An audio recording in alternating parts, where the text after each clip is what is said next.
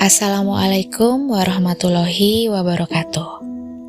Selamat malam buat teman-teman yang baru aja gabung di channelnya Based on True Story.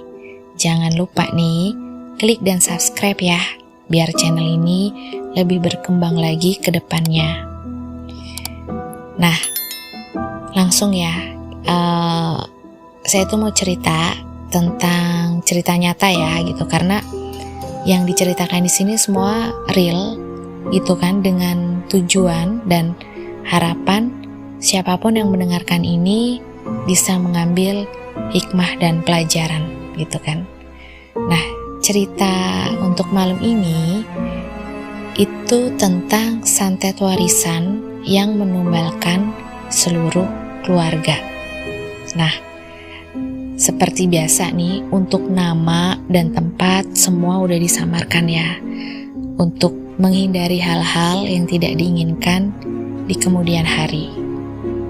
Nah, narasumber kita itu kita panggil aja namanya Rara. Nah, Rara ini memiliki keluarga yang harmonis.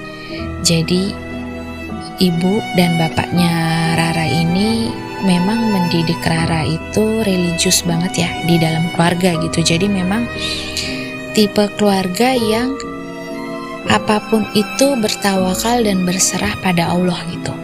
Baik dan buruknya itu memang sudah Allah yang menentukan gitu, tanpa harus atau membalas hal-hal yang buruk ketika disakiti sama orang lain gitu.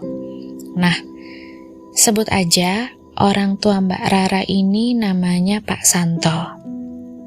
Nah, Pak Santo ini punya adik laki-laki, kita panggil aja Om Bambang.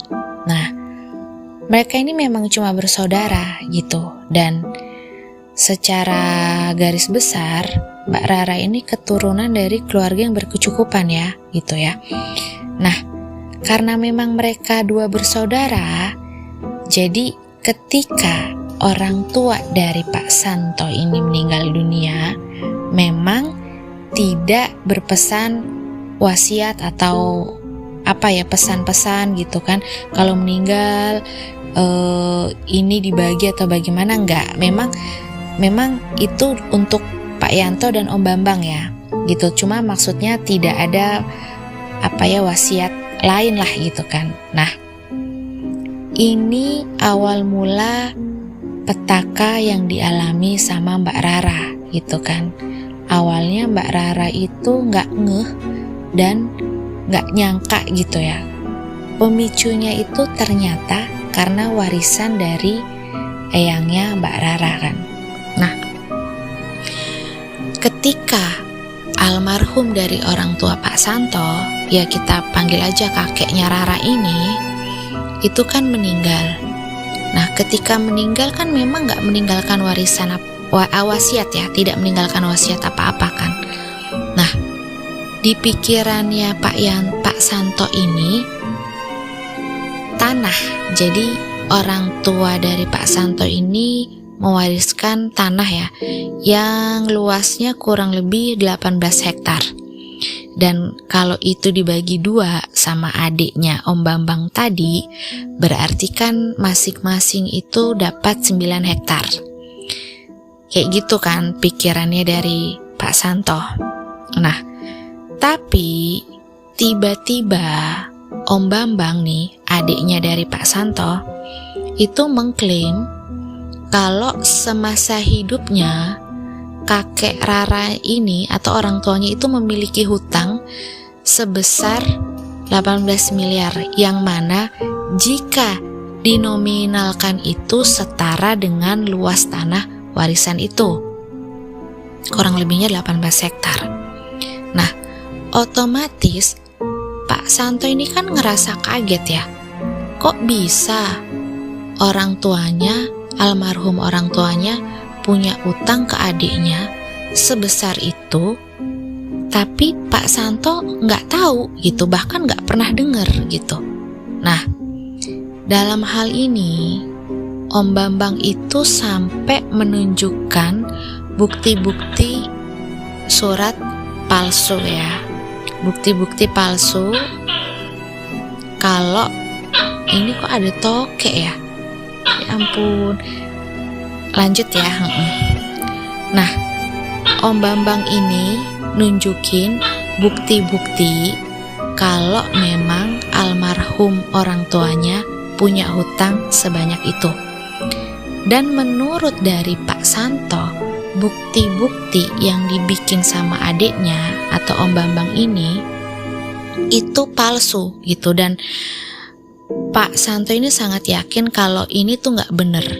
Dan Pak Santo juga menolak untuk menyerahkan bagiannya dia juga gitu untuk membayar hutang dari ayahnya, almarhum ayahnya. Karena memang sepengetahuan Pak Santo, almarhum ayahnya ini sama sekali tidak pernah berhutang kepada adiknya yaitu Om Bambang. Jadi di sini Pak Santo ini bersikeras kalau ini semua tidak benar dan dianggap Om Bambang ini memalsukan semua surat-surat. Nah, di situ Om Bambang otomatis kan kecewa dan marah dan merasa nggak terima gitu kan sama Pak Santo.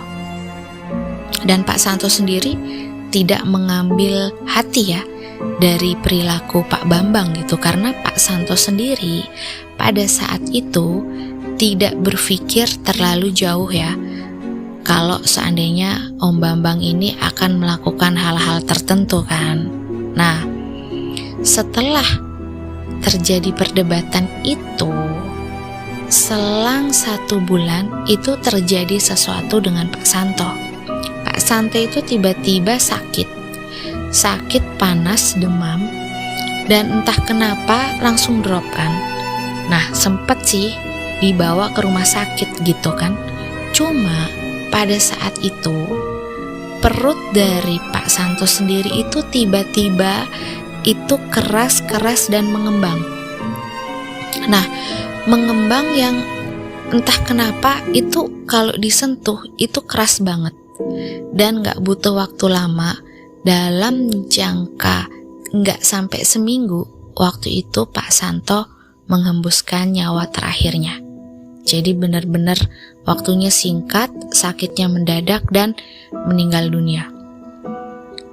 Rara sendiri pada saat itu tuh nggak berpikir aneh-aneh gitu, apalagi mikir kalau ini adalah santet atau teluh gitu kan. Ya walaupun menurut Rara ini agak aneh sakitnya kan. Setelah pemakaman gitu kan, dan seperti biasa adat kalau beragama muslim kan tahlilan, semua sudah dilaksanakan seluruh keluarga. Dan kembali aktivitasnya seperti biasa, itu Rara sendiri masih belum curiga sama omnya, Om Bambang kan. Walaupun Rara ini agak sedikit kaget, atau bukan kaget ya, mungkin heran gitu, karena ketika pemakaman dari ayahnya ini Om Bambang dan istrinya itu nggak datang. Jadi Om Bambang ini sudah menikah juga, tetapi Om Bambang dan istrinya tidak memiliki anak ya gitu. Sedangkan Pak Santo sendiri itu sudah menikah dan memiliki 4 anak, termasuk Rara. Nah, Rara ini anak yang paling tua kan, dan adik-adiknya ada yang masih SMP, SD, dan umur 5 tahun pada saat itu. Nah, ketika nih Rara udah menjalani kehidupannya sehari-hari setelah kematian ayahnya, kehidupan kan berjalan normal nih, walaupun mungkin udah gak sama lagi kan keadaannya dengan ketika ayahnya masih hidup. Dan ketika ayahnya meninggal, Om Bambang dan istrinya ini pun nggak ada perhatian atau basa-basi atau apa, nggak ada. Dan bener-bener kayak putus silaturahmi gitu kan. Nah, setelah beberapa bulan dari kematian ayahnya Rara, tiba-tiba ibunya Rara juga mengalami sakit yang gejalanya sama banget sama Pak Santo. Jadi waktu itu tiba-tiba nih ibunya Rara ini awalnya itu cuma sakit demam atau panas. Nah, lama-lama drop. Dibawa lah kan ke rumah sakit gitu kan. Nah, tapi kok gejalanya sama nih kayak almarhum papanya. Perutnya lama-lama itu mengembang keras dan di situ ibunya Rara ini teriak sakitan gitu, dan pada saat dibawa ke rumah sakit, medis itu sebenarnya juga nggak menemukan sakit apa ya gitu kan di penyakitnya ibunya Rara gitu kan. Dan karena pada saat itu lagi-lagi gejalanya itu sama dan prosesnya singkat. Dalam jangka beberapa hari aja, di sini ibunya Rara harus ikut meninggal dunia. Dan jarak antara meninggal ayahnya Rara dan ibunya itu nggak lama loh. Dan dengan gejala yang sama. Dan Rara ini masih positive thinking, masih ngira oh mungkin ini medis gitu kan, dan ini emang udah takdirnya Allah, jalannya Allah gitu kan, kalau orang tuanya harus meninggal gitu kan dengan cara seperti ini. Akhirnya Rara itu kan sudah kehilangan kedua orang tuanya nih, dan otomatis kan nggak ada lagi nih yang yang menjadi kepala keluarga. Mau nggak mau Rara lah yang harus jadi kepala keluarga gitu kan, cari nafkah untuk menghidupi adik-adiknya. Dan Rara sendiri di sini memang sudah lose kontak dengan Om Bambang. Dan anehnya nih, pas ibunya Rara meninggal, Om Bambang juga nggak datang ke pemakaman ibunya. Alasannya lagi di luar kota, gitu kan, karena urusan kerjaan. Dan Rara sendiri juga nggak masalah kalau emang omnya itu nggak bisa datang gitu. Dan Rara juga nggak mau ambil pusing gitu kan. Nah, sepeninggalan kedua orang tuanya, Rara ini kan memang sebenarnya masih duduk di bangku semester awal kuliah kan. Jadi karena memang masih membutuhkan biaya, adik-adiknya juga masih harus sekolah juga. Rara ini kan awalnya kan juga harus menjual nih barang-barang atau sisa-sisa peninggalan orang tuanya yang memang masih bisa dijual untuk bertahan hidup. Dan Rara ini juga cari-cari kerja gitu kan, kuliah sambil kerja untuk nambah-nambah penghasilan, untuk nambah-nambah biaya hidup kan. Dan bener-bener Rara ini nggak minta bantuan siapa-siapa, apalagi ke omnya sendiri, Om Bambang. Dan Rara pun pesan ke adik-adiknya jangan sampai ngeluh atau minta bantuan sama Om Bambang, karena Rara sendiri merasa masih mampu kok gitu untuk ngebiayain kehidupan dari adik-adiknya. Nah, setelah kehidupan berjalan nih, udah normal lagi, walaupun ini berat ya buat Rara ya gitu kan. Dia harus ngebiayain hidup ketiga adiknya yang memang masih sekolah.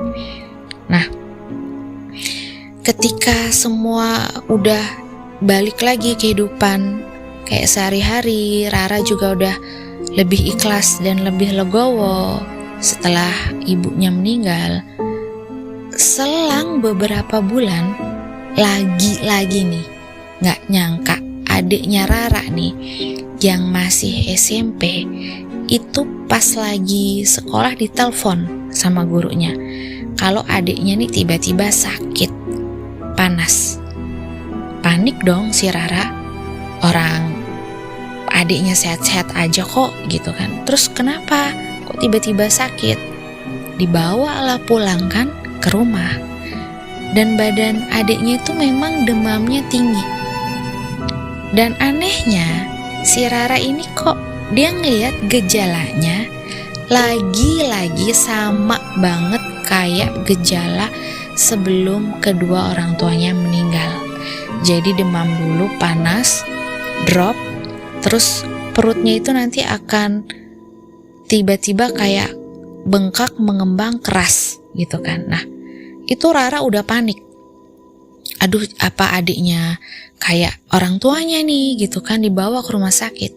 Tapi ya itu, adiknya meninggal dunia. Jadi, aduh, ini kayak apa ya? Kayak pukulan telak banget ya buat Rara gitu. Karena dalam jangka waktu belum ada 1 tahun, 3 anggota keluarganya udah meninggal nih.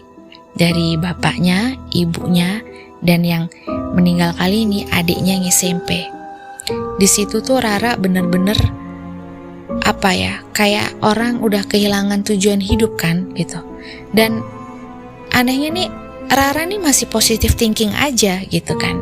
Dia mikirnya ini apa ya, sakit medis atau apa, dan dia sama sekali gak ada pikiran kalau ini ternyata adalah ulahnya dari omnya sendiri, yaitu Om Bambang. Jadi Rara ini masih nganggap ini sesuatu yang normal, walaupun dia sendiri ngerasa ada kejanggalan ya. Kok anggota keluarganya 3 orang meninggal dengan gejala yang sama, padahal mereka gak punya riwayat sakit turunan ya, yang kayak gini. Dengan berat hati, balik lagi Rara harus kuat gitu kan, karena dia masih punya 2 adik nih. 2 adik yang harus dia perjuangkan kan gitu kan, dan harus ngebuat dia lebih semangat lagi untuk ngebesarin adik-adiknya. Balik lagi Rara kerja sambil kuliah, sambil dia ngeliat nih apa aja nih yang masih bisa dijual gitu kan, untuk bertahan hidup dulu lah sementara, sampai Rara ini lulus kuliah dan bisa dapat pekerjaan yang memang lebih mapan.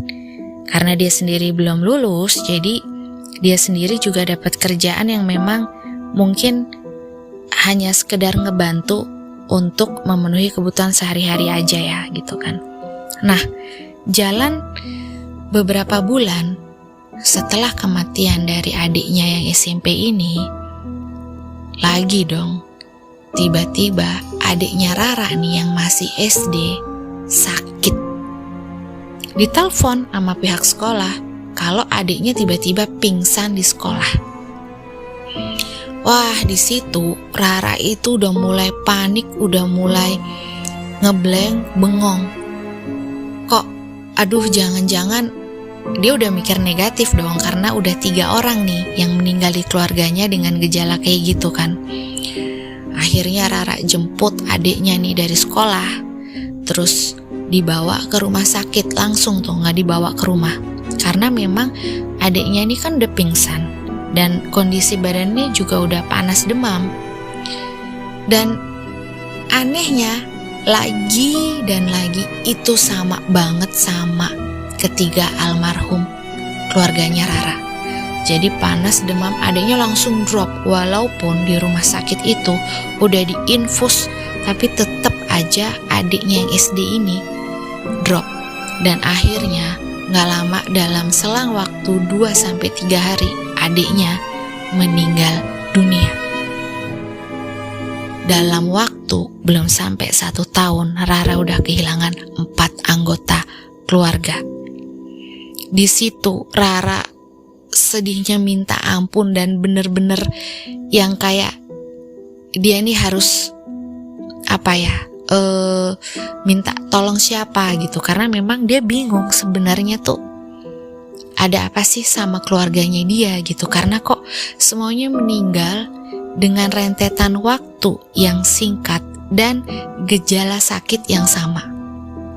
Nah, ketika lagi proses mau pemakaman adiknya Rara yang meninggal yang kedua ini, itu kan lagi apa ya, setelah dimandikan, disolatkan gitu kan, ada ngaji-ngaji sebentar kan. Tiba-tiba Rara ini kedatangan tamu. Nah, Rara gak kenal dia ini siapa. Ya kita panggil aja dia Pak Rangga. Dan Pak Rangga ini berkenalan singkat gitu ya.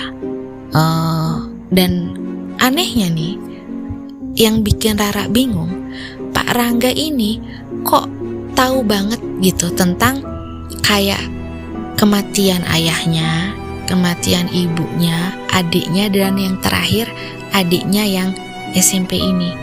Yang ngebuat Rara tuh, Pak Rangga ini siapa sih sebenarnya? Gitu kan? Karena selain asing, kok tiba-tiba ini Pak Rangga ini datang tanpa basa-basi ke Rara gitu dan langsung cerita nih kalau dia tahu kematian ayah, ibunya, dan adiknya pasti gejalanya begini. Sebenarnya Rara agak kaget ya dan penasaran lah ya, siapa sih Pak Rangga? Dan Pak Rangga ini memperkenalkan diri nih ceritanya, kalau dia ini sebenarnya masih temennya dari Om Bambang.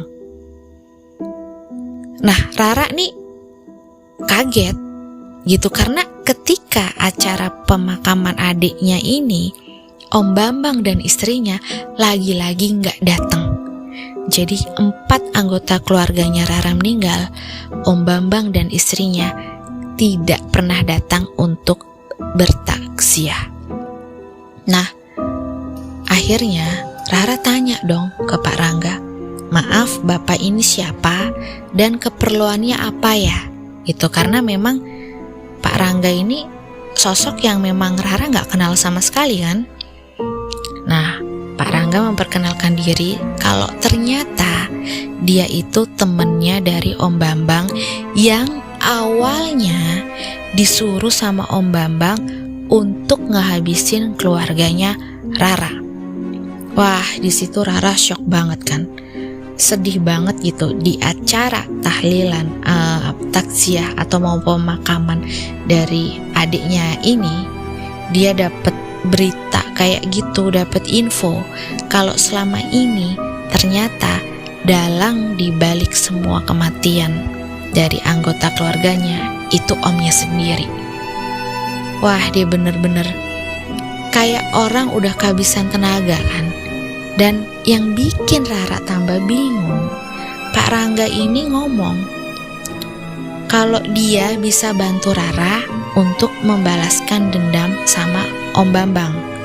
Dan ternyata motif dari Pak Rangga nih, kenapa dia yang tadinya memang mau menghabisi keluarga Rara, terus berbalik arah mau ngebantu Rara, itu ternyata cuma masalah sepele, yaitu apa? Uang. Jadi Om Bambang ini memang memiliki banyak dukun ya. Nah, salah satunya orang-orang suruhan dari Om Bambang ini Pak Rangga. Dan pembagian atau janji nih yang dibilang Om Bambang, nanti kalau si keluarganya Rara ini udah meninggal, nanti dapat jatah sekian. Nah, itu tidak dipenuhi sama Om Bambang, yang ngebuat Pak Rangga ini akhirnya punya dendam pribadi gitu kan. Dan akhirnya Pak Rangga ini datang dan ngebocorin semua rahasia dari Om Bambang. Wah, di situ Rara kaget. Tapi Rara ini inget omongan dari ayahnya kalau apapun yang terjadi sama Rara dalam hidupnya dia, itu serahkan semua sama Allah, karena itu udah bagian dari takdirnya Allah gitu kan. Dan jangan pernah ngebales, karena dia ingat pesan dari ayahnya. Rara itu apa ya, sebenarnya gak ada dendam sama sekali sama Om Bambang gitu, karena dia lebih menyerahkan semua sama Allah gitu kan. Jadi menurut Rara, kematian dari ibu, bapak, adik-adiknya itu adalah jalannya Allah Subhanahu wa taala. Mungkin caranya mungkin melalui hal-hal yang seperti ini gitu. Dan Pak Rangga itu juga sebenarnya bersikeras ya untuk apa sih, meyakinkan Rara agar balas dendam sama Om Bambang gitu kan. Tapi Rara di sini meskipun dalam masa berkabung yang benar-benar luar biasa, Rara nih imannya masih kuat dan Rara ini menolak ajakan dari Pak Rangga untuk membalas dendam sama Om Bambang gitu. Jadi Rara ini lebih udahlah serahin diri aja sama Allah, biar Allah yang mengadili gitu kan, biar Allah yang membalas gitu kan. Dan anehnya Pak Rangga ini neken Rara untuk udahlah, saya bisa bantu kok untuk balas dendam ke Om Bambang gitu kan. Tapi lagi-lagi Rara menolak. Sampai akhirnya Pak Rangga ini kesel. Justru Pak Rangga ini sempet ngancem balik si Rara.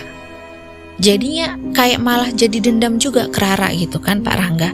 Dan Rara sendiri juga sama sekali nggak kaget atau nggak takut gitu, karena buat Rara dia hanya berserah sama Allah gitu kan. Pergilah Pak Rangga dari rumahnya Rara dengan rasa kayak marah gitu kan. Tapi Rara nggak ngambil pusing ya. Jadi dia tetap melanjutkan pemakaman adiknya gitu kan, sambil terus mencoba melanjutkan hidup gitu kan. Akhirnya setelah acara pemakaman adiknya selesai, sebenarnya nih Rara ini ngalamin kayak teror ya gitu kan. Teror entah itu datangnya dari Om Bambang atau ancaman dari Pak Rangga, Rara nggak ngerti. Cuma dia lebih mendekatkan diri sama Allah dan dia akhirnya cuma punya sisa satu adik yang umurnya 5 tahun. Dan akhirnya Rara ini kembali melanjutkan hidup dengan adiknya yang masih kecil gitu kan. Nah, adiknya ini bener-bener dijagain sama Rara, bener-bener yang Rara ini lebih mendekatkan diri sama keluarga ya gitu kan. Nah, karena Rara ini juga ibadahnya kuat gitu kan, setelah kematian dari semua keluarganya, Rara ini kan akhirnya lulus kuliah nih. Dan memang bener-bener lose kontak sama yang namanya Om Bambang dan istrinya. Jadi bener-bener gak tahu Om Bambang ini apa yang dilakukan. Dan Rara tuh bener-bener berserah banget kan, kalau memang Om Bambang zolim sama keluarganya Rara, biarlah Allah yang membalaskan. Setelah beberapa tahun dari kematian keluarganya Rara ini kan udah lulus kuliah. Dan adiknya ini juga udah, kalau nggak salah sekarang adiknya itu sudah SMP ya. Jadi ketika umur 5 tahun sampai adiknya SMP, sampai Rara sendiri udah kuliah, udah kerja, itu memang bener-bener udah nggak ada gangguan dan teror lagi ya di keluarganya Rara gitu. Jadi yang tersisa itu cuma Rara dan adiknya. Nah, selang beberapa tahun setelah kejadian habisnya keluarga Rara itu tiba-tiba nih Rara dapat kabar kalau Om Bambang dan istrinya ini itu kecelakaan mobil. Dan mobilnya itu jatuh ke jurang. Dan itu ngebuat Om Bambang dan istrinya meninggal di tempat karena kecelakaan itu gitu kan. Dan otomatis secara itu kan warisan itu kan sebenarnya pada saat itu memang sudah di atasnamakan Om Bambang kan. Nah, karena Om Bambang gak punya anak, otomatis kan warisnya jatuh ke Rara. Nah, karena Rara sendiri juga udah gak mau tahu nih dengan yang namanya warisan-warisan kayak gini. Dan Rara sendiri udah dibilang trauma ya, hanya karena warisan ini dia harus kehilangan orang-orang yang paling dia cintai kan. Akhirnya Rara itu mengambil keputusan untuk mewakafkan semua warisan dari kakeknya itu untuk dibangun masjid atau sekolah atau yayasan apapun lah ya. Jadi Rara ini mewakafkan semuanya. Yang penting salah satunya itu untuk pembangunan masjid dan hal-hal yang mungkin lebih bermanfaat untuk masyarakat gitu. Dan Rara ini bener-bener hidupnya itu hanya dari keringatnya dia sendiri, dia kerja gitu. Dan alhamdulillahnya nih adiknya Rara nih pinter gitu, jadi memang adiknya Rara ini memang sering nih menjuarai kejuaraan-kejuaraan olimpiade sampai dapat beasiswa gitu. Dan Rara juga mendapatkan pekerjaan yang baik gitu dengan hasil atau gajinya yang memang di atas rata-rata ya, di atas UMR gitu kan. Karena memang Rara sendiri kan juga memang pinter, giat bekerja juga kan. Akhirnya dia bisa dapat kerjaan yang bagus dengan gaji yang memang tinggi gitu kan. Nah, dalam cerita ini itu bisa disimpulkan ya, kalau memang hukum karma itu ada